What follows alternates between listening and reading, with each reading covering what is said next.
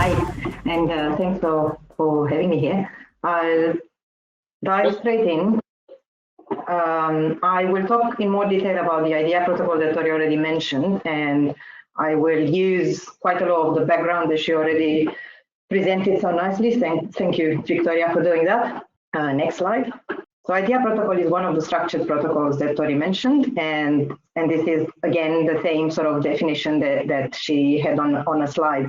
And this is here, again, just to say that this is basically a reinterpretation and like, yeah, a reinterpretation, let's say, of Roger Cook's definition from, I think, 2008, where he said that the elicited data, so data elicited from experts, is basically just a different type of scientific data. So if you were to collect it, make sure you use a scientific method to do it. So the first 4 bullet points are basically just trying to describe what a scientific method is. And on top of that, the last one, they're slightly rearranged from what Tori had on her slide, but the last one is just acknowledging that we're basically working with humans. So that would mean we need to anticipate and try and mitigate, if we can, whatever cognitive and psychological biases there are when they're giving, well, whatever estimates they give under uncertainty. Next slide.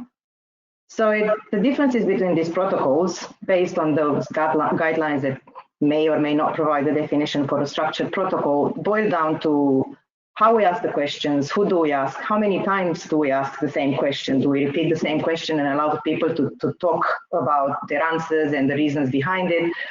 And once we have multiple answers for the same question, what do we do with them? How do we aggregate them? Do we strive for consensus, or do we just use a mathematical rule and have an objective way of aggregating those answers? And finally, it's like, how do we define a successful elicitation? And I would really like to say that having a bunch of happy experts after the elicitation is a measure of success, but it wouldn't be that scientific. So I suppose using the measures that Tori mentioned already, accuracy, calibration, informativeness of the answers that we're looking at, the data, the elicited data that we have, will be a way of saying if our elicitation served its purpose. Next slide. And again, building on what Victoria already told you about some of the protocols used and defined and structured, we have the Sheffield Elicitation Protocol, or SHELF, that uses facilitated extensive discussion between the experts, and it strives for consensus. They end up with one consensus answer at the end of this process. And I have the classical model, or Cook or TELF. It's the same methods, different names depending on who's talking about it, who uses more of an independent sort of approach. Experts are reasoning independently and give their estimates, and at the end of the process, we aggregate their estimates mathematically. And what the IDEA protocol did throughout the years in its development is basically picking up bits and pieces and mixing and matching different steps of these protocols, so that it maximizes the advantages of doing different sort of steps, and that advantages hopefully will show in more accurate and more calibrated aggregated estimates. Next slide. So what IDEA does is insisting on having a diverse group of experts, and I'm going to talk about these elements very quickly in the next slides, but for now I'm just going to mention them. So we took the diversity, and Tori already mentioned that. We know we need more experts, that's for sure. We get the experts to think independently and answer the questions that we're interested in, giving their uncertainty estimates and so on and so forth.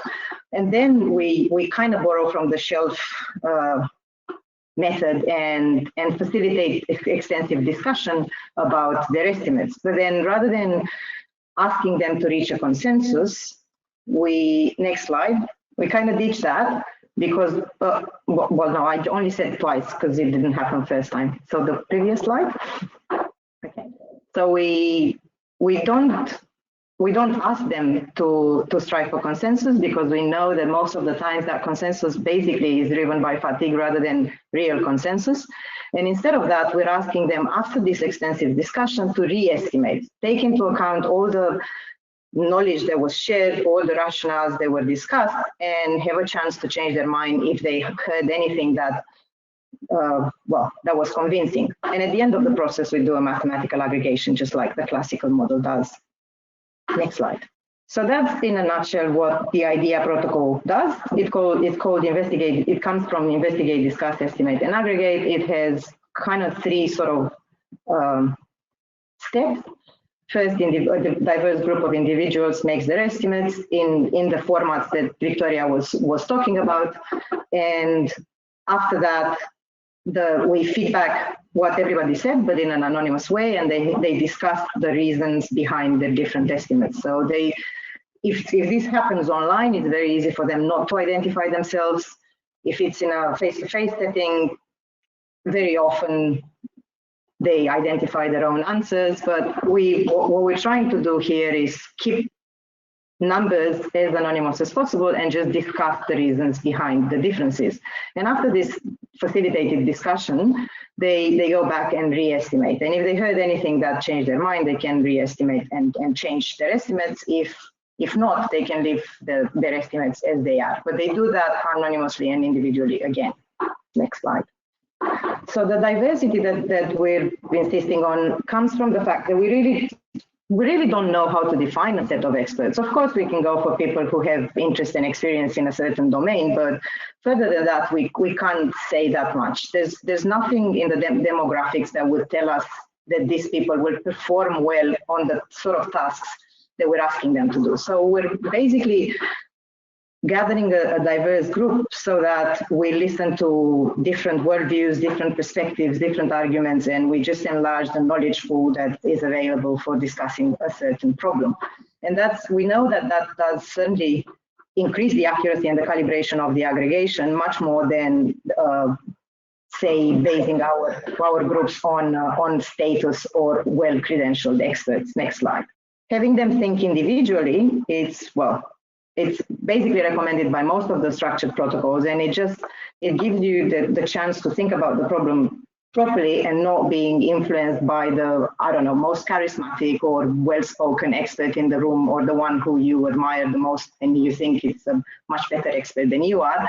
So it anchors your numbers within your thinking, and it gives you the reason. Well, after the discussion, after you see other people's estimates, you would only change your mind if you hear something that really convinces you. Next slide. The feedback and the discussion has two important characteristics, and the first one is the clarifying of the meaning and eliminating ambiguities. I don't think I've ever participated in an elicitation where, at least for one question and a couple of experts, somebody wouldn't go, oh, I didn't interpret the question the same way you did. So very often changes, different opinions just come from the fact that the question is ambiguous. So that's one of the main things that the feedback and discussion helps with. But it's the second most important one is that it gives the experts the opportunity to cross-examine the rationales, to talk about their mental models, the assumptions that they made when they gave them those answers, and so on and so forth. And we're hoping that this will also help with the availability bias because of that process and the sharing of resources and knowledge. Next slide. Does it help? So the only way to know if the discussion helps is, again, to have a measure of performance. And the three measures that Tori mentioned were the accuracy, the calibration, and informativeness. And you have here three examples from three studies, two of which were basically coordinated by Victoria, so she would know a lot more about them than I do.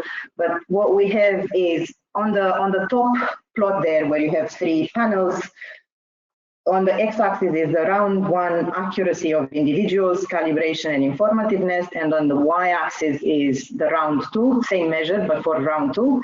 Accuracy is distance to the truth, so lower values are better, and for calibration, higher values are better. So if you would have all the little dots on the main diagonal, nothing would change. But if you look at the graphs now, the scores are better after the discussion, both in terms of accuracy and calibration. With the informativeness, is not that clear. On the right-hand side, that's a study that was part of an IARPA project where people were forecasting geopolitical events. And the same thing, we have a measure of accuracy and a measure of informativeness. X-axis before discussion, y-axis after discussion. Both measures are better if are measured as smaller values are better. So after discussion, all the values decreased, which means performance increased. And the last, on the left-hand side, There's again another study where individuals are those little triangles. You have two panels, round 1 and round 2, calibration on the x-axis, and you have a vertical line for perfect calibration, and on the y-axis you have the accuracy, which again, smaller numbers are better. So what you want to see to say that discussion improved this measure is for those little triangles to go down and to the right, which basically happens. So we keep seeing this pattern. So I think we can confidently say that discussion does help. Next slide. And more recently, documenting the discussion and the rationales, we kind of suspected this for a long time. We didn't have the data set to check it, and we're collecting that through an ongoing project that is part of a DARPA project that looks at the replicability of science. The University of Melbourne has a team that uses the IDEA protocol and groups of participants to estimate the probability of replication of certain scientific claims. And we're documenting all the rationales. And we're using mathematical aggregation, different sort of mathematical aggregations. And the one that seems the most promising is the one where we weight the probabilities given by experts by the quality of the reasoning. So we have reasons to believe that's a good thing to do. Next slide.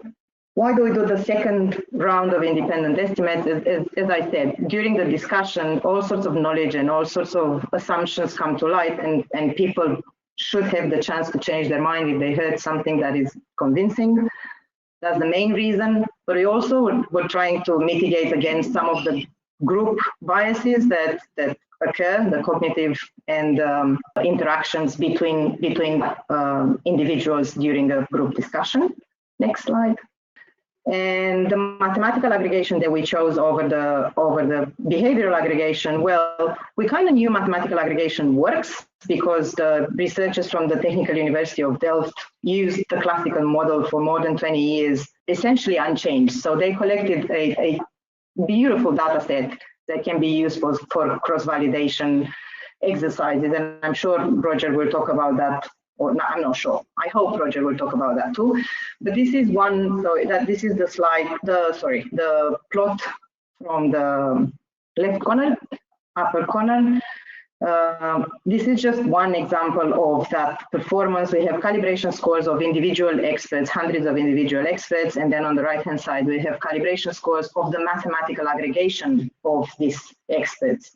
And the calibration score, the higher the better, and what you see with the red line in both plots in the two panels, that's a 0.05 calibration score, below which we can say this is fairly a poorly calibrated expert or estimate.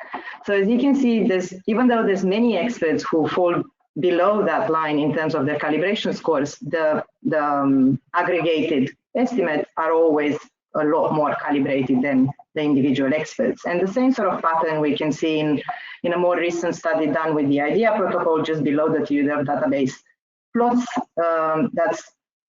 That's another study where we could calculate the calibration scores, and experts' calibration scores are not that fantastic, but when we aggregate their opinions, we get a very calibrated opinion. The same sort of thing happens with the accuracy in one of Victoria's studies. The group's accuracy are much better than individual accuracies. Next slide. So I'll just leave you with this lessons learned without just basically recapping what I just said. And if you happen to be starstruck or bullied during an elicitation, just don't worry, hide behind the anonymous second estimate where nobody knows if you did change your mind or not. Thank you. Thank you very much, Anca. Thank you very much for the nice presentation.